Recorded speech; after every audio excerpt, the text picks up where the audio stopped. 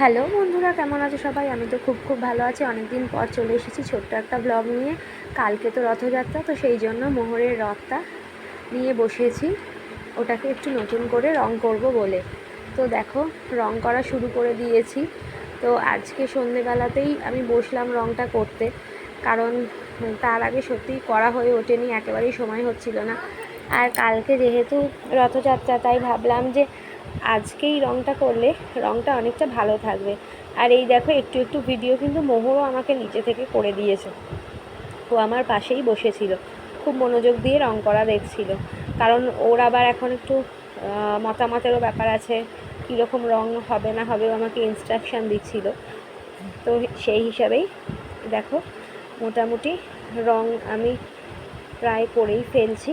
আর তোমরাও জানিও তোমাদের বাড়িতে পুজো সদস্যদের জন্য তোমরা কেমনভাবে রথ সাজাচ্ছ, বা কালকে তোমাদের চিন্তাভাবনা কী, কে কোথাও নিশ্চয়ই রথের মেলায় যাবে, বা কী প্ল্যানিং আছে অবশ্যই কিন্তু শেয়ার করো। আর এই দেখো, কথা বলতে বলতে কাজ তো অনেকটা এগিয়েই যাচ্ছে। তো 1 বছর ধরে এটা তো মানে ঠাকুর ঘরে রাখাই ছিল। তো অবশেষে দেখো, মোটামুটি ফাইনাল লুক আমার হয়ে গেছে। আমি আবার নতুন করে রং করে রেডি করে ফেলেছি। তো আজকের দিনটা পুরো শুকাতে দেবো। আর ঈশ্বর তোমাদের সবার মঙ্গল করুক। সবাই খুব ভালো থেকো, সুস্থ থেকো। কালকের দিনটা সবাই খুব ভালো কাটুক। আগাম সবাইকে রথযাত্রার শুভেচ্ছা।